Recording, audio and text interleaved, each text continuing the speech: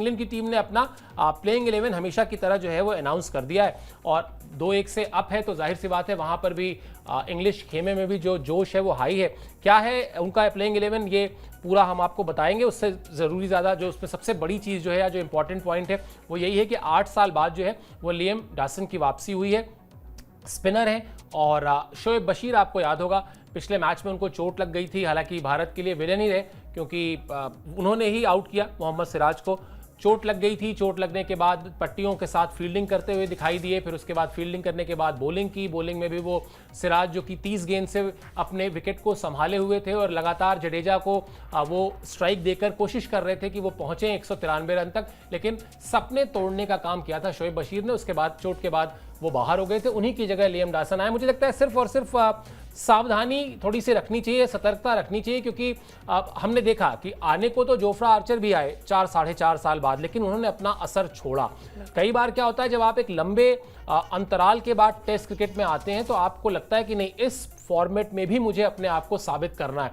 तो वही हाल Liam Dawson का है। 8 साल पहले खेले थे, 8 साल बाद वापसी कर रहे हैं। कोशिश यही करेंगे कि अपने सेलेक्टर्स को, अपने कप्तान को अपने परफॉर्मेंस से खुश करें, प्रसन्न करें।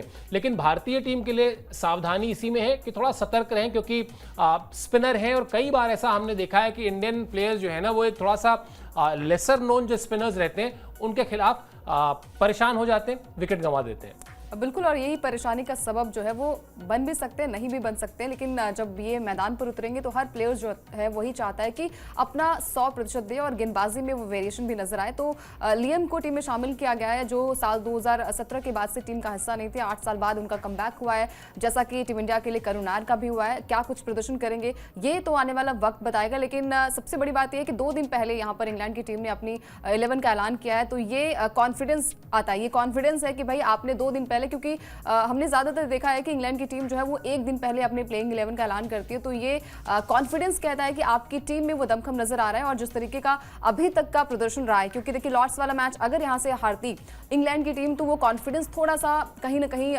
फीका नजर आता। और ये बेन स्टोक्स के लिए भी जो है वो प्लस पॉइंट है, उनकी टीम काफी बढ़िया प्रदर्शन कर रही है। गेंदबाजी की बात करें, जोफ्रा आर्चर जो 4 साल बाद उनका कमबैक हुआ है और अपने कमबैक में उन्होंने जो है वो कप्तान को खुश किया है। तो ये इंग्लैंड के लिए भी अच्छी बात है कि अगर 8 साल बाद अगर टीम में शामिल कोई भी खिलाड़ी हुआ है तो किसी भी खिलाड़ी को आपको कमतर नहीं आंकना है, उसके सामने किस तरीके से आपको बैटिंग करनी है ये ध्यान में रखना पड़ेगा। बाकी अब पता चलेगा कि अगला मुकाबला जो है वो किस तरीके से होगा, क्योंकि अभी तक हमने 3 मैच देखे जहां पर 5 दिन तक ये मैच चला। अच्छी बात ये रही है अब ये जो अगला मैच है वो करो या मरो की स्थिति में टीम इंडिया के लिए है। यहां से मैच को किसी भी हालत में टीम इंडिया को जीतना पड़ेगा, अदरवाइज सीरीज से टीम इंडिया हाथ धोएगी। बिल्कुल, और लियम डॉसन जो है उन्होंने अब तक 3 टेस्ट मैचेस खेले हैं और इन 3 टेस्ट मैचेस में 7 विकेट उन्होंने लिए हैं।